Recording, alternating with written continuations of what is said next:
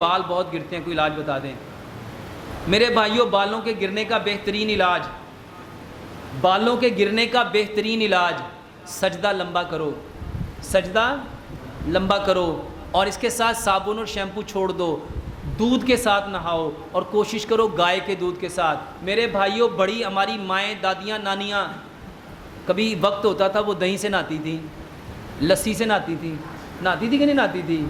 کیا وہ احمق تھیں؟ کہ ان کو پتہ نہیں تھا؟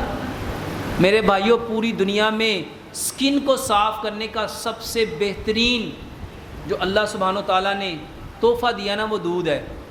تو میرے بھائیوں، اپنے سر کو دودھ، دہی، لسی کے ساتھ دو گے تو انشاءاللہ آپ کا بالوں کا گرنے کا مسئلہ حل ہو جائے گا۔ اس کے ساتھ آملہ کھاؤ، آملے کا مربع کھاؤ، آملے کا اچار کھاؤ، آملے کا تیل اپنے سر پہ لگاؤ، آملے کا تیل اپنے سر پہ لگاؤ۔ ڈاکٹر صاحب، چہرے کی گالوں کو موٹا کرنے کا کوئی جادوئی علاج بتا دیں۔ ماشاءاللہ میرے بھائیو، جادوئی علاج تو کوئی نہیں ہے، ویسے علاج ہے۔ گال اگر موٹے کرنا چاہتے ہو تو لمبا سجدہ کرو، گال موٹے کرو گے۔ اچھا بتاؤ، سجدہ کرو گے تو سارا خون کہاں آئے گا؟ کہاں آئے گا؟ میرے بھائیو، ایک بات سمجھ لو، یہ جو دماغ ہے نا، دماغ یہ پوری باڈی کو کنٹرول کرتا ہے، اور سجدے میں اللہ تعالیٰ لوگوں کا دماغ ہی ٹھیک کرنا چاہتا ہے۔ اور آج سارے لوگوں کا خراب کیا ہے؟ نماز اصل میں لوگوں کا دماغ ٹھیک کرتی ہے، نماز اصل میں کیا کرتی ہے؟ لوگوں کا۔ لیکن ہمارا نماز پڑھ کے بھی دماغ ٹھیک ہے، پتہ ہے کیوں نہیں ہوتا؟ کیونکہ ہم نماز میں ہوتے ہی نہیں ہیں۔ اس کو سائنس کہتی ہے، اس کو سمجھو۔ سائنس کہتی ہے انسان کا انر اور آؤٹر، ایک انسان کا اندر ہوتا ہے، ایک انسان کا باہر ہوتا ہے۔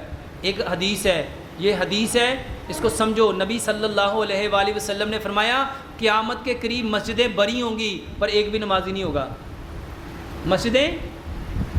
مسجدیں بری ہوں گی، نمازی ایک بھی نہیں ہوگا۔ میرے بھائیوں، ہم جسم کے اعتبار سے مسجد میں ہوتے ہیں، اور روح کے اعتبار سے، من کے اعتبار سے کہاں ہوتے ہیں؟ اور بہت سارے لوگ ایسے ہیں جس کے بارے میں نبی صلی اللہ علیہ وآلہ وسلم نے فرمایا وہ مریں گے اپنے نرم گرم بستروں پہ، لیکن شہداء کے ساتھ اٹھائے جائیں گے۔ وہ کہاں اٹھائے جائیں گے؟ اس کو سمجھو، جس انسان کے دل میں جس کی محبت ہے وہ اسی کے ساتھ اٹھایا جاتا ہے۔ ہم مسجد میں کھڑے ہو کے محبت کہاں ہوتی ہے؟ کسی کی دکان کے ساتھ، کسی کی کاروبار کے ساتھ، کسی کی۔ تو جو دل جہاں ہے بدن بھی وہیں پہ ہے۔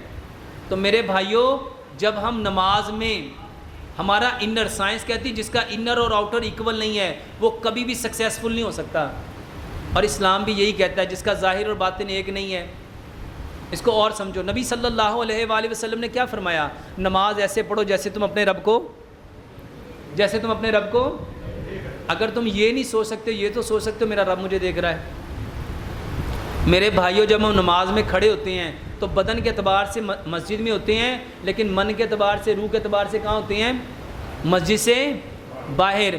جو جہاں ہوگا، جس کا دل جہاں ہے، نبی صلی اللہ علیہ وآلہ وسلم نے فرمایا ہر انسان قیامت والے دن اسی کے ساتھ ہوگا جس سے وہ محبت کرتا تھا، اور محبت کا مطلب ہوتا ہے جہاں اس کا دل لگا تھا،